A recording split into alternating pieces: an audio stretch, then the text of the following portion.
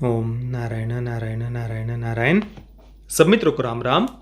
दोस्तों कैसे हैं आप सब। दोस्तों 17 फरवरी 2023 को यानी आज से करीब 2 महीने पहले डिज्नी प्लस हॉटस्टार पर द नाइट मैनेजर नाम की Hindi crime thriller series release हुई थी। 2016 की सेम नाम की ब्रिटिश टेलीविजन सीरीज का ये ऑफिशियल हिंदी रीमेक है। बिल्कुल ये भी रीमेक ही है।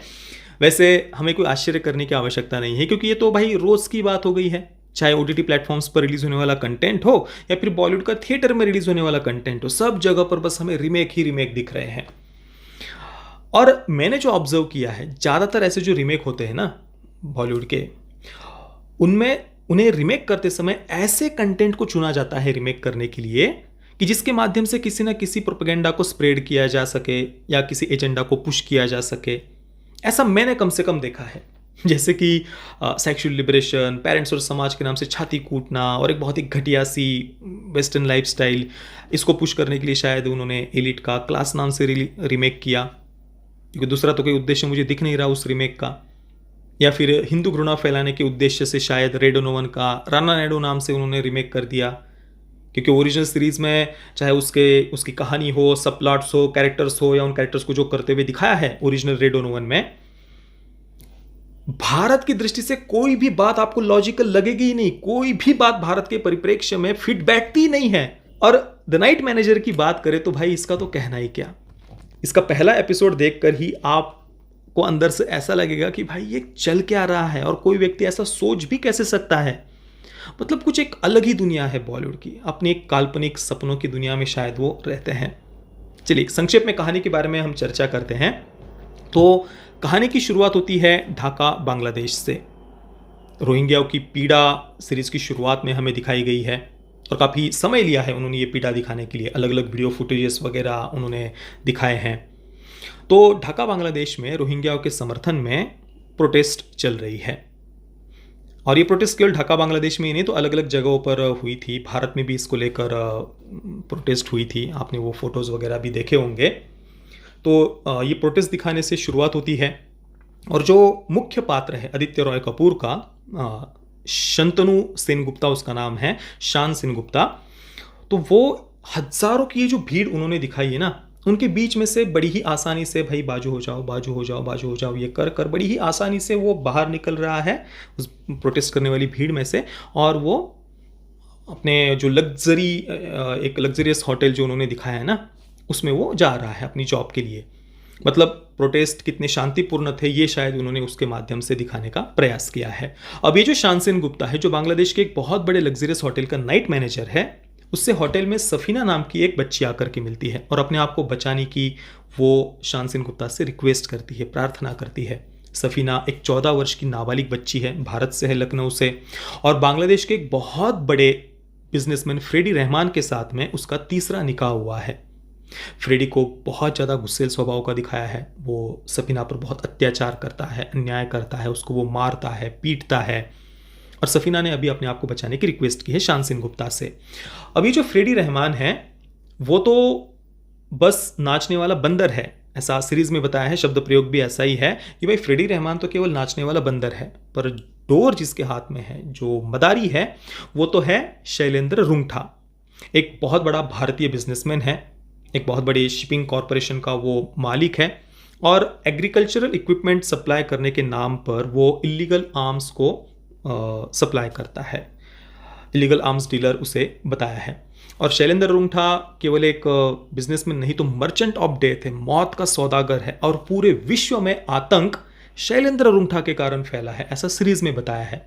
मतलब सीरिया हो, काबुल हो, तुर्की हो, सब जगह पर शैलेंद्र रुंगठा के कारण लोग, सैकड़ों सैकड़ों लोग मर रहे हैं। वो वहाँ पर हथियार सप्लाई कर रहा है।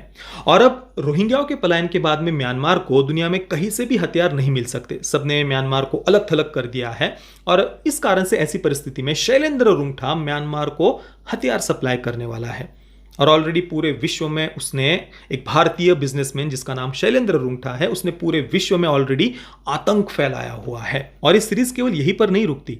इसके बाद आगे सीरीज में यह दिखाया है कि रॉ के जो उच्च अधिकारी है वे भी शैलेंद्र रुंगठा के साथ में मिले हुए हैं। वे भी पूरी दुनिया में आतंक फैलाने में शैलेंद्र रुंगठा का साथ दे रहे हैं। रॉ और भारतीय बिजनेसमैन शैलेंद्र रुंगटा पूरी दुनिया में आतंक फैला रहे हैं। हालांकि रॉ का जो फुल फॉर्म है वो research and analysis wing series में नहीं बताया, रिसर्च एडमिनिस्ट्रेशन विंग ऐसा फुल फॉर्म बताया गया है, ऐसा उल्लेख सीरीज में किया है। अब रॉ के बांग्लादेश डेस्क के एक ऑफिसर जिनका सीरीज में लिपि का नाम बताया है, वो और उनका एक साथी ईमानदार है ऐसा बताया है, और वो अपनी तरफ से, मतलब रॉ की मदद से नहीं है, रॉ उनकी कोई हेल्प नहीं कर रहा शैलेंद्र रुंगटा के अगेंस्ट, पर लिपिका अपनी तरफ से फिर शान और सफीना को मदद करने का सीरीज में प्रयास कर रही है। और जो शैलेंद्र रुंगटा मौत का सौदा कर दरिंदा ऐसा जो भारतीय बिजनेसमैन है, उसके विरुद्ध सबूत इकट्ठा करने के लिए वो शान की, नाइट मैनेजर की मदद लेती है। यही कुल मिलाकर इस सीरीज की कहानी है। कोई मतलब बच्चा भी शुरुआत में ही प्रिडिक्ट कर लेगा पहले एपिसोड में ही, और वैसे भी केवल 4 एपिसोड्स है, उसमें भी कहीं पर भी कहानी प्रोग्रेस कर रही है ऐसा लगता ही नहीं है।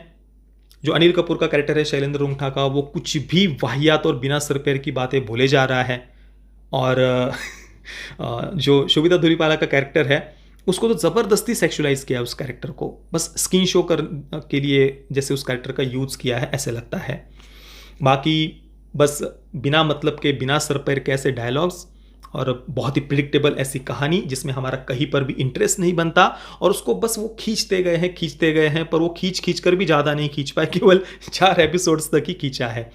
और इतना करने के बाद भी वो कहानी किसी भी कंक्लूजन पर नहीं पहुंचती। अब दोस्तों आप ही मुझे बताइए कि क्या आपको सपने में भी कभी ऐसी कहानी सूझ सकती है जैसी हम यहाँ पर देख रहे हैं? मतलब आपको अगर कहा जाए कि भाई एक क्राइम थ्रिलर की कहानी लिखिए या कोई एस्पेनाज थ्रिलर की कहानी आप लिख कर दीजिए, क्या आप सपने में भी ऐसा सोच सकते हैं कि भाई एक भारतीय बिजनेसमैन है शैलेंद्र रुंगटा जिसका नाम है, वो पूरी दुनिया में आतंक फैला रहा है और रॉ उसकी मदद कर रहा है, रॉ के उच्च अधिकारी उसकी मदद कर रहे हैं? मतलब सपने मैं तो कभी ऐसा सपने में भी नहीं सोच सकता कि ऐसा कुछ लिखूं।